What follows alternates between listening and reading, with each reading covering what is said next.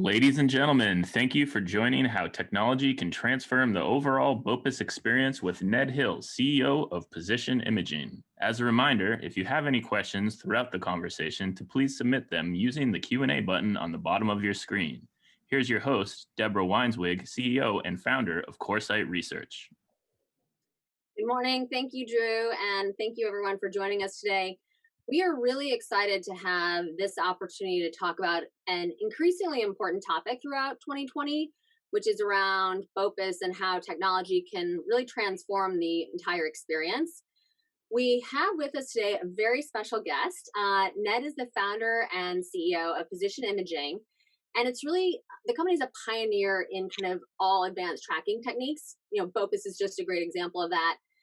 For those of you who don't know Ned, he has over 20 years of experience in the technology industry. And under Ned's leadership, Position Imaging has successfully developed an industry-leading tracking solution.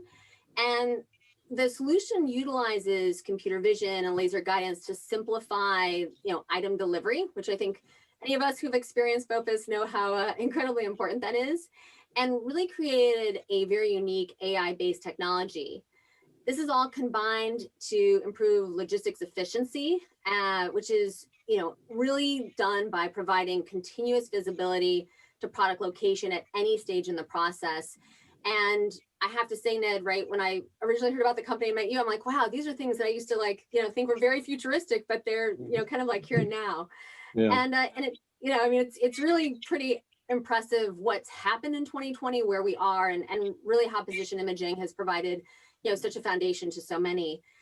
So in addition to providing strategic, vision for the company, Ned has also raised close to $20 million in funding, driven by product and application development, and created a whole partner ecosystem, including industry leaders in hardware, software, solution vendors, and service providers. So truly, in this day and age where ecosystems are so, kind of mission critical to get anything done, we've really seen Ned help us and the whole industry kind of take care of that. So why don't we go ahead and get started? I want to kind of briefly go through our agenda for today.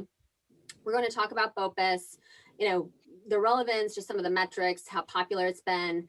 I think we kind of alluded to already some of the impact of COVID on fulfillment and the importance of convenience to shoppers. That's always been true, I think, in these times.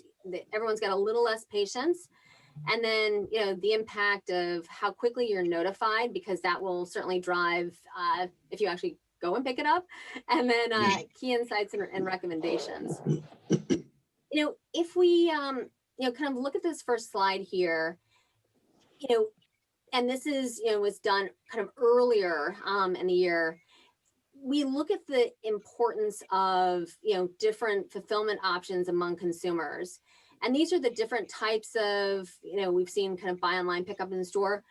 I would say, Ned, and I'm not sure what you've seen from your kind of point of view, but we've had a lot of questions on, kind of locker technology. What does the consumer, kind of see and want? And there's, talking to one retailer, they said it was almost like, when you get like a subscription box and you open up and you're like, wow, this is like, right, this is for me. And it's, there was this whole kind of connection to the retailer and the fact that they could also serve customers after their store hours. So if you're open 8 to 10 and someone was working, a shift that they were able to pick something up at 11, it extended it, I think, beyond the expectations of what this technology would do. What have you seen in relationship to some of these other kind of fulfillment options, and what have retailers been asking you about? Well, thank you for having me on, by the way. It's great to be here with you. So that's a good question. I think before, it was sort of like the dark ages of BOPIS and, fulfillment in some respects. Lockers are a good solution for, like you said, outdoor use, because they're very secure and, you're going to need a code to break in. But, the reality, I think, retailers are looking for new solutions, more sophisticated solutions, more intuitive solutions. And, what we've seen is, how do we get people, to not sort of break into a fortress with a locker, and let's get them engaged in the store in a way that is, a positive experience for the customer, and then can further the engagement with the retailer. So, that's part of, I think, what the advantage of our platform does. And it's just different. I mean, before it was really, there's a couple of different options, right? One is a locker, and those are, kind of difficult to stage, and they take up a lot of space, and they're really kind of a poor use of space. And then the other flip side of that is in the back room, right? We've all done this. We've gone to a store, bought something, and then we've seen the staff go back and hunt around for our package, and we come out, 5-10 minutes later, and everybody's frustrated. So, I think that was the opening. People just didn't know how to crack it, right? And so, we focused, as you said, this very, very advanced tracking technology to enable the management of those items, products, packages, so that you could have that very fast, efficient, intuitive approach. And I think that's where we're headed. I think that's where retail is headed with these fulfillment operations. Ned, something we talked about as we were preparing for this call, we've seen, in-store staff, whether it's associates or store managers, who oftentimes have been, I think, a bit overwhelmed, right? Where do I find the product? How do I communicate this? How do I, and everyone, especially right now, wants to deliver the best customer service that they possibly can. I do think that that's what's really interesting about the data on this, kind of chart, where we see this significant difference between have tried or interested in trying, because I think there is that concern. If I go, right, do I have to, right, how long am I going to be waiting there? How am I going to find my package? How have you found this kind of, some of the changes in the environment? How is that not only pushed retailers to try this, to suggest it to customers? How is that kind of whole back and forth between the retailer and the customer changed around BOPIS as a topic? It's a good question. We built the iPickup platform for retail with a very fine focus, which was ROI, right? How can we, to justify it for retailers, how can we take the staff either out of the game completely or make them much more efficient so they're not wasting their time on package fulfillment or product fulfillment? It just doesn't make any sense. And so that was really the focus for what we did as a company. But what happened with the pandemic is now people are even more interested to do, fast pickup, convenient pickup, and contactless pickup. And in most cases, they want to do it self-serve. So that sort of bubbled up. We built it on the ROI, but the reality is these other nuances of that experience have come to the forefront, and that's what we're trying to improve with this iPickup platform. Can I ask you one more question, and then we'll move on to the next slide? I mean, I could probably spend the whole 30 minutes on this one slide, but promise we'll move on, everyone. There has been this question, right? Because especially if you think about the essential retailers and just the additional, right, when we speak to the management teams, right, the additional expense around fulfillment and anything last mile. And I would just say, right, even with BOPIS, right, if you're getting it out of the store into the trunk, I would view that as last mile. We've had conversations, it's been more on the idea kind of back and forth. Do you believe that as we move into 21 and everyone kind of is able to kind of take a pause and reflect on some of the changes and the opportunities for the year ahead, do you feel that we will eventually see retailers charging for BOPIS? Or how do you think that the economics around that play out?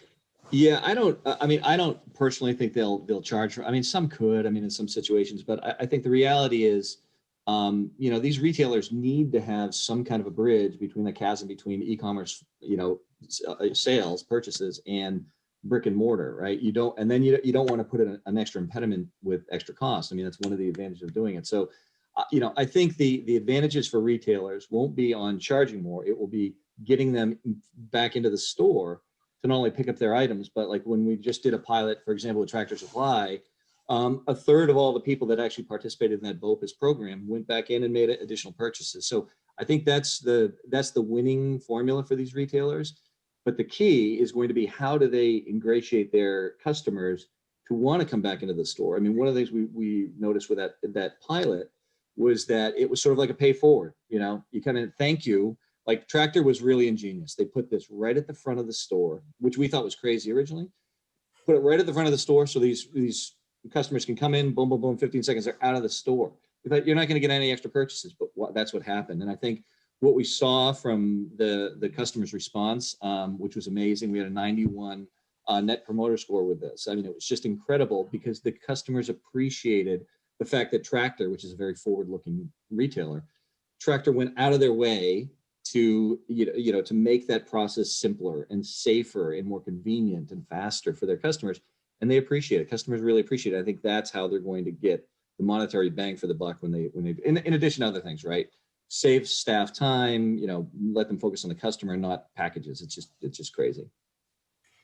Okay, I have one last thing on the slide, and then I promise we'll move on.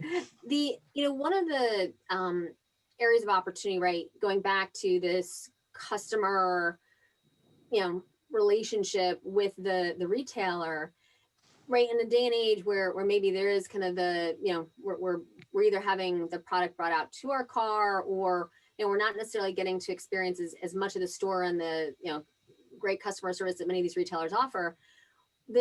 One of the ideas that we've also seen discussed is how does this associate, right? This is maybe a very highly skilled, right, kind of customer facing sales associate.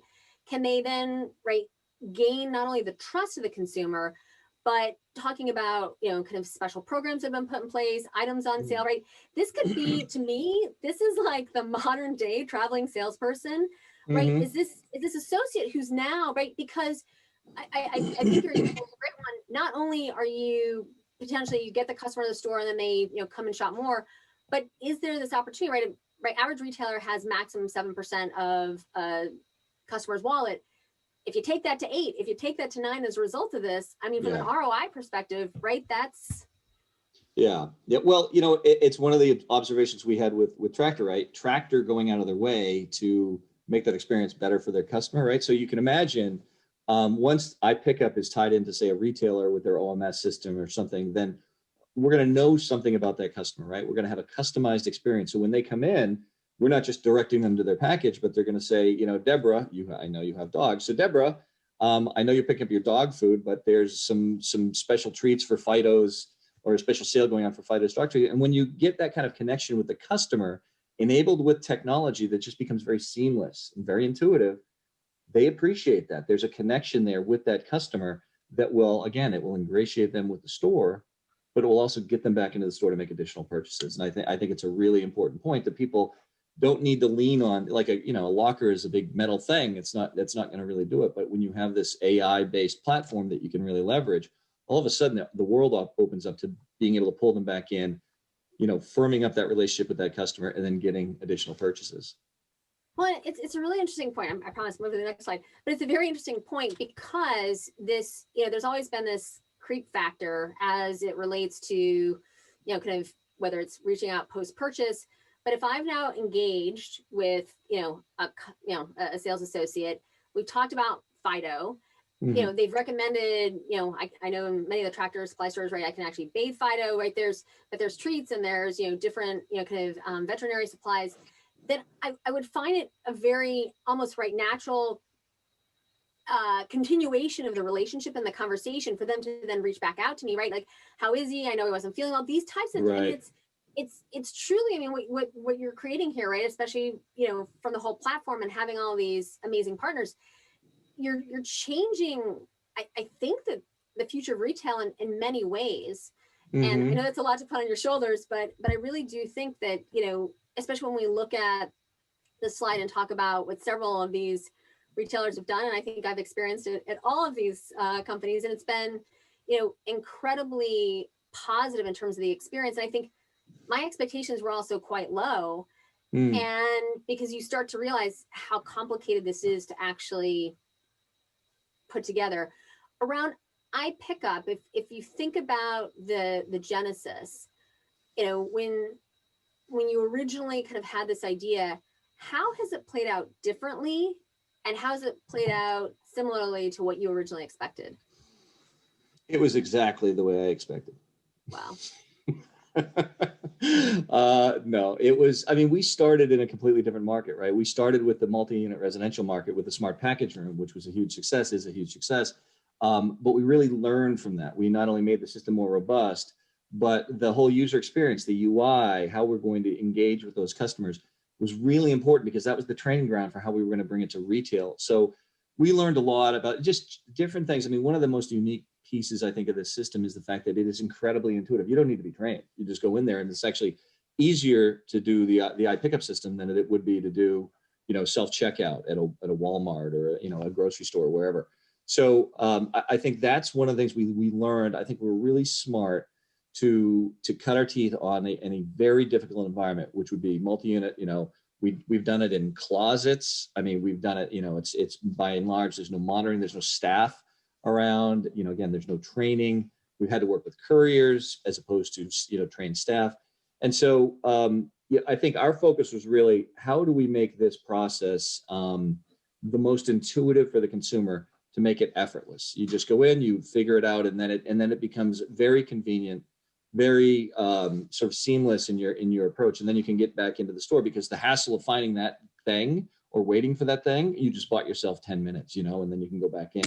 And so I think that's a big piece of what we learned along the way. And it was a pretty easy transfer into retail, because in the end, a multi-unit residential building is the same as a retailer in some ways, where they want they want their residents to have the best experience possible, and so do retailers. So it was a really good way to leverage the learnings that we made from Smart Package Room into the retail iPickup platform. And as retailers are looking at these numbers, I know many of the questions we've gotten are around, kind of scalability of a solution. How does the solution, right? If it's AI based, how is it learning? Mm-hmm. Can you address? I know those are two questions that have come up recently. Yeah, I mean, we, I hate to trash, but Something Go, I'll just say, is a good example of this. We took the approach of saying, let's really craft an elegant tracking technology that is really robust and will enable a couple things. Not only solid tracking, so that you can keep track of all these items when they're and recognize things, and give that sort of AI sort of creepiness almost that you can apply to these iPickup centers. But you also want to do it with a lightweight approach. You don't want to spend $1 million, $2 million on an e-commerce fulfillment solution with robots or lockers or something else. You want to have something that you can get in, scale easily, and doesn't take up shelves. I mean, we have systems coming out right now that you can put a kiosk in front of a set of shelves and you're done. Your whole e-commerce fulfillment solution is over, right? That's it.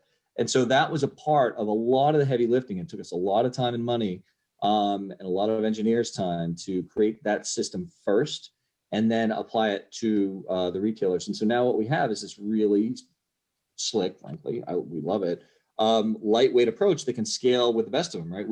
Just to give you an example of that, the last installation we had at a Tractor Supply store, the system was delivered in the morning. It was built with the shelving and everything, kiosk, the whole 9 yards, built, operational, staged with packages, and 2 customers. By the time lunch came, 2 customers had already come and retrieved their packages without training from that system. That fast, so half a day.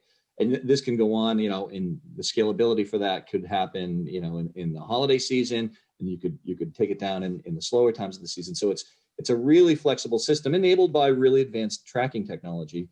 But I think that was part of the approach, right? You need to have something that is flexible, that is, a light touch, lightweight, and, cost effective. And how quickly, right? If I were to say today, right, I've got, let's call it Deborah's Donut Shop down the street, and I want to kind of put this in, how quickly can we do that? I think the key is how quick. So the system is what it is. iPickup is ready for anybody to use. The real question is, how quickly can these retailers enable us to tie in with an API into their OMS system? And then how do they want to handle the notifications? We do notifications ourselves. Like, one of the nice things that we found with the Smart Package Room is that we send out residents notifications that say, okay, your package has arrived, here's your PIN code or here's your QR code. And then we send them a picture too. And that connectedness, not just with the retailer in this case, but with the product, was really important. And we didn't foresee that. We didn't think it was going to be that important.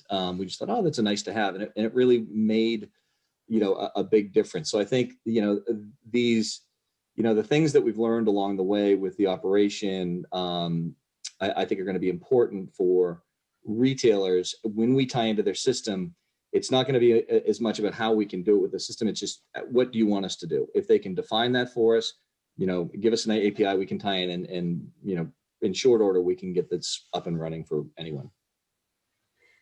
when we look at the numbers on this page, they're nothing short of incredible. I still remember, I think I can still hear, right, Target talking about this, and just like all of our jobs, from an analyst community just dropping, because it really putting metrics around how it's changing and the importance of, BOPIS and, kind of an iPickup solution. I always think about, right, the ROI, and in this kind of cross-sell opportunity, right? If we can start to, you're truly, this idea of kind of, not only have you built up this ecosystem, but if then, kind of retailers and brands, and even, can I pick up, product A at retailer B? How do you see, because I feel like you're at least 18 months ahead of most of us. How do you foresee all of that kind of playing out, let's call it, in the next 18 months? That's a really good question. So we spent a lot of time and effort to make sure that this platform, so we're talking about BOPIS today, buy online, pick up in store, but when you think about all e-commerce fulfillment operations, that was the platform that we were building. So BOPIS clearly, and that was our focus. But buy online return in store is returns are going to be big for this. Buy online, pick up curbside, ship from store, all of this feeds into something. So why would you have something that maybe is a difficult staging platform, like a locker or a back room, or something that would be a heavier lift for enabling some of these fulfillment operations? Why don't you just have one platform that leverages the best technology, that has the flexibility to then drive everything through that platform? And that was the focus. So like you said, when people are going to want to, say, we don't have it in store A, but we have it in store B, well, we could have a runner go and make sure that we don't lose that customer because we don't have the inventory. So that is that very quick staging. The kind of results we have are remarkable. In terms of the efficiency of these pickup processes, and that applies to everything, all of this e-commerce fulfillment operation. It's interesting. We're very heavily involved in the real estate industry, and speaking to many of these, shopping center and mall REITs, this idea of, right, we've called it, we've made it up, but BOPIS, right, buy online, pick up in the mall, and having like a central pickup location, because then you really transform the entire mall experience. And I've personally always looked at malls as platforms, although trying to help them and then offering services to your retailers. And so maybe it's a service, right, that the retailer opts into. And, eventually, right, if I can't get this shirt in 15.5, 32 at store A, maybe I have it in store B, and there's greater transparency around inventory at this platform, which happens to be the local mall. How, as we're looking at holiday 20, and maybe this is, something for holiday 21, this idea that these centers are in them of themselves platforms. Can you talk about, right, iPickup bringing this all together? And what's your vision in terms of how, right, because we're unfortunately seeing a lot of challenges in the REIT world. This could really be one of the things that saves it. Yeah, I think that's really insightful, because they, people right now are struggling. Like, what are we going to do with these malls, with all these retail closures? How are we going to repurpose these things? Just like stores, how are we going to repurpose these retail stores? And I think e-commerce fulfillment and fulfillment in general is a big piece of that. And so, iPickup is, again, it's a very lightweight approach to do it very efficiently. And so malls are a really good example. It's a staging platform. So the two things, right? You could, right now we're engaged with I'll just say one of the couriers to bring that kind of, buy online, pick up, drop off locations anywhere, whether it's retail stores or even in malls. But malls can then repurpose themselves in a way that, yes, you can get drop off and pickup locations for products that you order online. But then with the stores, like you said, they can opt into this and say, I want to use the whole mall. I want to go and explore everything. But every time I buy something, I don't want to be carrying that around, for example. Well, then just stage it at the iPickup center. And then at the end of your day, you can just go and put in your code and you can take it. And so you don't have to lug that around. So there could be runners for these stores. It's a really amazing way, I think, or amazing opportunity for malls to reinvent themselves, to cater to these customers in a way that they could never do before. And it transforms the whole mall experience. Right now, I don't even need to carry anything. I can go and pick up not only my packages that I bought, but maybe stuff that I have shipped there. It's a really, in some ways, it's an exciting opportunity. I know it's scary for some people. COVID's been scary, but again, sometimes that kick in the pants can really help, move things to the next level. And I think that's what's going on today. No, it's really interesting. We had the CIO of a fashion retailer on with us earlier in the season. And, I love the ingenuity. He said the store managers were very much, right, when things were locked down, they were moving product, right, for fulfillment purposes between stores, like literally just throwing it in their cars, kind of pushing up their sleeves. Mm-hmm. And I think that this, a lot of this ingenuity, a lot of what we've seen is very evident in the iPick solution and I think what it can eventually do. The numbers on this slide are, I think, very impressive. This idea that, to my earlier question around people willing to pay convenience, especially as it relates to grocery. The average consumer previously has gone to the grocery store 2.1 times per week. We've actually seen that move up to about 3.2 during the pandemic. I think for many reasons, right? We're eating more at home. This desire for fresh food, right? Many people have discovered their inner chef, and that I think is really quite interesting. How do you kind of foresee solutions that kind of retailers can put into place that make things convenient for the customer, and does it vary by category of retail? I don't think so. I think that in some cases, if it's a major fulfillment operation, there may be different nuances for, what the solution is. But again, if you have a singular platform that can drive that fulfillment process, it's about, really a couple things for these. I mean, there's more layers to this, but it's really the key is speed and convenience for these customers. And so whether the customer's coming into a Target or somewhere else and they're getting their buy online, pick up in store order, and they're getting it in 15 seconds and leaving, that's one thing. Or if they're doing buy online, pick up at curbside, they're not going to want to wait around while somebody hunts around for their baggage or whatever. If it's simple and convenient and fast, that's going to be a driver as well. So that's the platform that we've created. I think it can be leveraged for all of those. Supermarkets is a great example for curbside delivery, as well as retail like Tractors of the world or wherever else. But I think that's the key. It's enabling technology to take you to the next level without a lot of metal and lockers, or people talk a lot about robotics, and there's some space for those. But boy, those are expensive, and sometimes they don't scale well. And why not just do it simply with a technology-based solution that can drive that efficiently and without all that heavy lifting. No, that makes a ton of sense. And I think this idea around kind of understanding where retailers are, and I think this metric, this 19% of U.S. retailers offering in-store indications to shoppers, right? This notification, as you mentioned, I mean, it's I think anytime we order something, right, we want to know if it's in stock, because that is a comment we often hear from those in the grocery industry, where there's a lot of challenges around substitutions and kind of customer dissatisfaction. And so I do think, right, knowing that the order that you placed is in stock is incredibly, kind of critical. And so how do you find kind of the notification aspect and understanding, kind of store level inventory, making a difference in terms of customer satisfaction?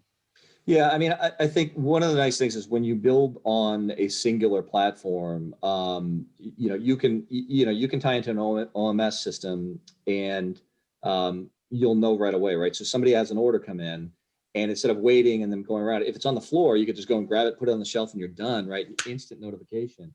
That's what we're trying to enable with the iPickup platform, where once you've tied in and we have access to the inventory, we'll just know, people come in, and if there is a problem, like we said before, there's a problem, we don't have that inventory. Well, boy, you do not want to lose that customer because they're going to go to the, competitor down the street.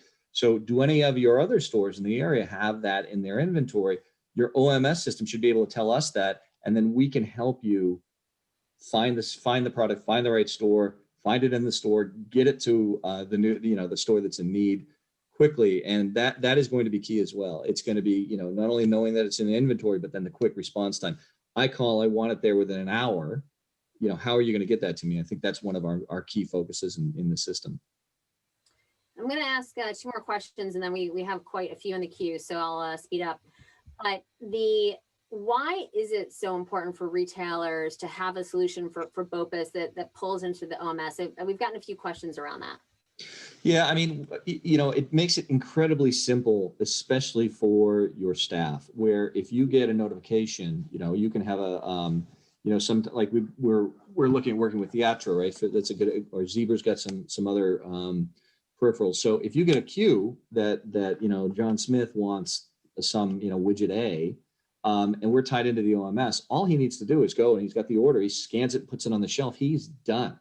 Right. So if we have the OMS integration, which would be part of the iPickup integration with the retailer, we can simplify that process for the staff so that they don't need to worry about e-commerce fulfillment or product management. I mean, that's just crazy for retail staff to be focused on that as opposed to the customer. And so when we integrate with those OMS systems, it becomes so simple for these guys to stage the platform and then move on to get on to the important thing, which is the customer. So we've got, key insights, recommendations. I think that, we've got a detailed report and they, kind of focus on many of these and many more. One question we've already gotten in the chat is, what about payment, right? Is there a way to delay payment, to, kind of fulfill the order and move it out? How does all of that work? Yeah, I mean, one of the things that we saw with one of the customers we were working with is if they go to curbside, for example, they'll deliver the product and then they don't want to cash it right out immediately because some of those customers might return it within 15 minutes, right? And what'll happen is the staff will go in and then they'll forget about it and they won't cancel that order out. Well, what iPickup can do is, because again, we have eyes on all your package all time, we can force that. So we know it's out of the staging area, and if it's not in the staging area, it's got to be in somebody's car. So we can time that out automatically. So that whole process becomes automatic, so that you don't rely on staff while they're doing other things to worry about having to go back in there and cancel out an order or close out an order. It's one more thing that we can take off the shoulders of the staff, automate for them, so again, they can focus on serving the customers. That's amazing. For those in the audience, you've already provided many questions. If you have any more, please use the Q&A function at the bottom of the screen. So Ned, we've got many questions. We'll try and get through as many as we can. Do we see a trend with increase in co-opetition and congruence of fulfillment centers to support more in-market fulfillment? Do we see competition, is that what you said, or? The question is co-opetition, but we can use competition. Yeah, competition is a good word. So yes, absolutely. So in e-commerce fulfillment centers, I mean, we can be as small as, like I said, we've done it in a closet in Manhattan, sort of near you, Deborah, I think, where we've done a smart package room, and we can do something as big as a football field with these systems. So that was one of the core designs. So if you don't have the budget for a lot of robots, for example, or like Walmart's packed towers, those are very expensive, but you want to have a light touch solution that can serve and scale, we can absolutely serve those. So fulfillment operations with this lighter touch, high-tech solution is absolutely on our roadmap, and I think it's a really good complement to that operation in general. Great, yeah, and we've obviously seen the recent announcements around robotics, and do feel that many retailers, not only is there the cost, and mind you, we at Coresight have very much kind of looked at it as a monthly service fee as opposed to having to pay for the actual capital expense. But that's not been the approach thus far. And I do feel that there is then a desire from the retailers to look at something that's a little bit more asset light. And if the kind of monthly cost is at a different level, and I think this is in many ways to fill much of that. Another question, there's a lot of talk around warehousing automation, as picking of online orders can be very time consuming for store associates and retailers as well. How do you think iPickup can assist store associates in picking orders and shelving them?